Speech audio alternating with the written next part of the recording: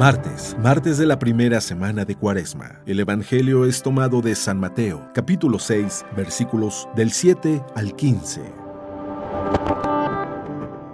En aquel tiempo Jesús dijo a sus discípulos: Cuando ustedes hagan oración, no hablen mucho, como los paganos que se imaginan que a fuerza de mucho hablar serán escuchados. No los imiten porque el Padre sabe lo que les hace falta antes de que se lo pidan.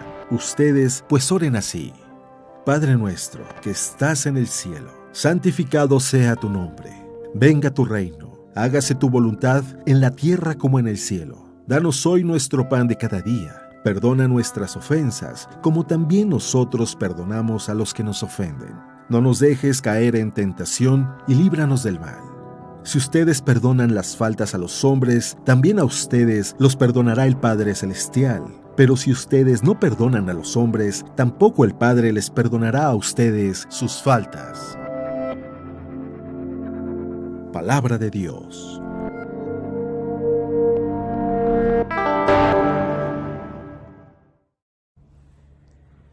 Muy buenos días y feliz tiempo de Cuaresma.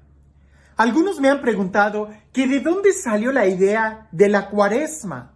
Y es que la Cuaresma o este tiempo de conversión no es algo nuevo e incluso no es propiamente del cristianismo, sino que tiene su origen desde una tradición judía hebrea muy antigua. Viene como un tiempo específico de penitencia, de reconciliación, de buscar mejorar. Incluso en el Antiguo Testamento, esa idea donde los profetas convocaban a un periodo de oración, de ayuno, de penitencia, que se vestían de ceniza, de sayal, para poder violentar su vida y volver a Dios. Usualmente, escúchalo bien, en el Antiguo Testamento era para escapar de un problema. Se anunciaba un castigo, una calamidad, y entonces todo el mundo se arrepentía. Con Jesús eso ya no sucede. A nosotros no nos mueve el miedo a un castigo. Es más, ni siquiera nos mueve el miedo de nuestro pecado. Lo que nos mueve es el amor. ¿Qué? Alguien pudiera decir: ¿pero cómo que te mueve el amor a hacer penitencia? Te lo pongo de esta manera. Antiguamente era para escapar de un castigo. El día de hoy es para nosotros mirar al futuro. Antiguamente la Cuaresma era porque cometimos un error y hay que restaurarlo. El día de hoy es no mirando al pasado, mirando al futuro. ¿Qué cosas tengo que hacer para mejorar? Es decir, el día de hoy estamos bien, ¿cierto? El día de hoy estamos bien. La pregunta es, ¿podemos mejorar? El día de hoy en el Evangelio se nos habla del Padre Nuestro y Jesús nos da unas recomendaciones sobre cómo orar. Aquella oración que sabemos y que no la sabemos de memoria, que es la oración del Padre Nuestro. Y alguien pudiera decir: pues yo ya me la sé, yo ya oro, todos los días rezo. Sí, en este tiempo de Cuaresma es: date una palmadita y di: qué bueno que ya estás orando, qué bueno que ya estás leyendo la Biblia. La pregunta es: ¿y podemos mejorar? Y mejorar no siempre es en cuanto tiempo, sino más bien en cuanto calidad. Y es eso lo que quiero que el día de hoy podamos ver cuando leamos el Evangelio. No mejorar en cuanto tiempo, quizás necesitas agregarle unos minutos más a tu oración diaria, pero lo que indudablemente sí podemos hacer todos es mejorar en nuestra calidad de oración. Porque si orar es platicar con Dios, es buscar su amistad, indudablemente en esa relación de amistad podemos ir mucho más profundo, conociendo a Dios y recibiendo su amor. Escucha lo que el Evangelio quiere decirnos el día de hoy. Ahora bien, cuando oréis, no charléis mucho como los paganos que se figuran que por su palabrería van a ser escuchados. No seáis como ellos, porque vuestro Padre sabe lo que necesitáis antes de pedírselo. Vosotros, pues, orad así: Padre nuestro que estás en los cielos, santificado sea tu nombre, venga tu reino, hágase tu voluntad, así en la tierra como en el cielo. Nuestro pan cotidiano, dánosle hoy, y perdónanos nuestras deudas, así como nosotros perdonamos a nuestros deudores.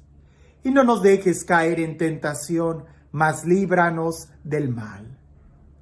Que si vosotros perdonáis a los hombres sus ofensas, os perdonará también a vosotros vuestro Padre Celestial. Pero si no perdonáis a los hombres, tampoco vuestro Padre perdonará vuestras ofensas. Algo significativo de cuando Jesús enseña esta oración es que parte de revisar la intención. No charléis mucho pensando que hablando mucho Dios te va a escuchar. No, esa es una intención equivocada. Dios te escucha aún en el intento que tú haces de orar.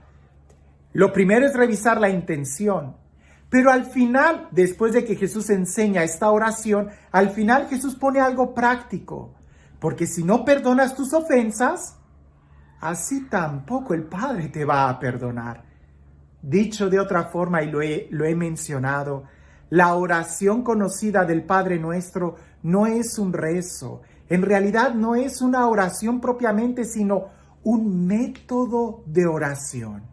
Permítame decirlo de manera diferente. La oración del Padre Nuestro es un estilo de vida. Lo que Jesús nos está enseñando aquí es poner toda nuestra vida en la presencia de Dios. La oración del Padre Nuestro parece que es la jornada de alguien, es el itinerario del día de una persona. Alguien que se sabe que es hijo y se dirige a Dios como Padre, pero no Padre mío, sino Padre Nuestro. Y así inicia el día, levantándose como un niño que se levanta con el beso de su padre, así esa persona se despierta diciéndole a Dios, Padre Nuestro, que estás en el cielo. Reconoce que hay algo más. Es la vida de alguien que sabe que hay algo más. Es la vida de alguien que sabe que hay una trascendencia, que hay un mañana, que hay otros horizontes. ¿Tú lo sabes? Tú sabes que hay un Padre que te ama, pero también estás consciente que esta vida es mucho más que solo trabajar. Esa persona que se despierta con el beso de su Padre también sabe que esto no lo es todo, sino que hay algo más. Ahora, inicia la jornada alabando a Dios, glorificando a Dios. Santificado sea tu nombre. Y ese santificado sea tu nombre no se santifica con palabras, sino con toda una vida, con toda una acción. Tú, a lo largo del día, ¿estás santificando a Dios? ¿Tus obras están glorificando el nombre de Dios y el nombre que llevas tú mismo como cristiano o no? Si te das cuenta, esta oración del Padre Nuestro es de alguien que se levantó con un beso de su Padre, alguien que confía en Él, alguien que lo glorifica con toda su vida a lo largo de la jornada del día y continúa diciendo, venga a nosotros tu reino. Es decir, aquello que esperamos que venga a nosotros. Y no es de alguien que está sentado, sino de alguien que está trabajando, de alguien que se está comprometiendo para que el reino de Dios esté aquí. La oración se expresa también con el deseo, con el trabajo, con el entusiasmo de la jornada de lo que estás haciendo. Tu trabajo es una oración. ¿Qué es lo que oras con tu trabajo? Continúa diciendo, hágase tu voluntad en la tierra, así como en el cielo. Y eso se empieza con nosotros mismos. ¿Yo hago la voluntad de Dios? Parece que esta persona que está pidiendo que el reino de Dios venga, se siente un poco cansado a media jornada, que empieza a decirle, Señor, que no se haga mi voluntad, sino la tuya.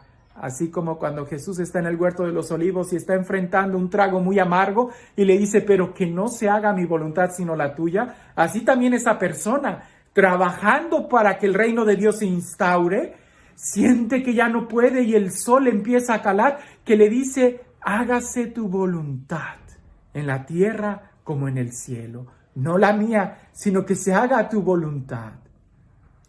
Danos hoy el pan de cada día. Llega el momento de comer. Y cuando recibe el pan, da gracias a Dios por ese pan que recibe cada día. Ese pan que es fruto del amor, de la fidelidad de Dios para cada uno de nosotros. Esa persona que come todos los días se da cuenta que todos los días es un regalo de Dios. Por eso le pide el pan de cada día. Llega el momento arduo. En la tarde, esa persona cuando reflexiona sabe que ha ofendido a alguien. O quizás, más bien, ha sido ofendido a lo largo del día por su trabajo, por compartir el pan, por el calor del día, que se ve en la necesidad de perdonar a alguien. Y cuando está perdonando a su hermano, en ese momento se da cuenta que él también ha ofendido a Dios y le pide perdón, así como él ha perdonado al hermano que le ha ofendido ese día. Y ya cuando está llegando en la noche, cuando ya llega el momento del abandono, del cansancio, de cerrar los ojos, le pide a Dios no caer en tentación y librarnos de todo mal. Como te das cuenta, la oración del Padre Nuestro es un estilo de vida. Es la oración de alguien que vive su fe a lo largo del día, a lo largo de la jornada. Detente un momento. El día de ayer, ¿cómo fue tu vida? ¿Fue una oración de alabanza? ¿Fue una oración de confianza? ¿Fue una oración de abandono a Dios? ¿Fue una oración de pedirle perdón a Dios y de perdonar a tus hermanos? ¿Cómo fue el día de ayer? Si pudieras tú escribir una oración con las actividades fuertes que tú viviste el día de ayer, ¿qué sería? ¿Sería una oración de un hijo confiado a su padre desde el día que despierta hasta el día en que duerme? ¿Desde el momento en que despierta hasta el momento en que duerme? ¿O será alguien que se estuvo quejando todo el tiempo y que empieza a gritar y a dar patadas de ahogado y empieza a quejarse? Como te das cuenta, lo que Jesús nos propone en esta oración del Padre Nuestro no es reducirla a un momento del día charlando y diciendo muchas cosas, pensando que ahí, en esos 15 minutos que tengo, Dios me va a escuchar. No, Dios te escucha todo el tiempo. Más bien la oración es presentar toda nuestra vida en la presencia de Dios. Y este Dios, el Dios del amor, el Dios de la vida, el Dios que busca nuestra amistad, el Dios que camina con nosotros, que sea Él quien el día de hoy te bendiga en el nombre del Padre, del Hijo y del Espíritu Santo. Déjame te platico esta historia. Es la historia de dos hermanos que trabajaban en la cosecha y los dos hermanos habían recibido del padre el mismo terreno y no lo dividieron, sino que los dos lo trabajaban juntos porque así podían rendir mejor. Un hermano era soltero, el otro hermano se había casado y tenía hijos, pero como los dos trabajaban igual en los mismos sembradíos, en el momento de la cosecha se repartían el grano de manera igual, mitad y mitad. Pero resulta que el hermano que estaba casado empezó a pensar en la noche lo siguiente: no es justo que yo me quede con la mitad de la cosecha, porque cuando yo sea viejo, tengo a mis hijos y a mi familia quien cuide de mí. Mi hermano está solo y él va a necesitar más ayuda que yo. Entonces, voy a tomar parte de mi cosecha y en la noche, cuando él no me vea, voy a ir y dejársela en su granero. Porque a mí, mis hijos me cuidarán y él va a tener que contratar a alguien que cuide de él cuando sea anciano. El otro hermano, en la noche estaba pensando: no es justo que yo me quede con la mitad de la cosecha, porque yo estoy solo y no tengo tantos gastos. En cambio, mi hermano tiene familia y él eventualmente va a necesitar más dinero para enviar a sus hijos a la escuela, a la universidad.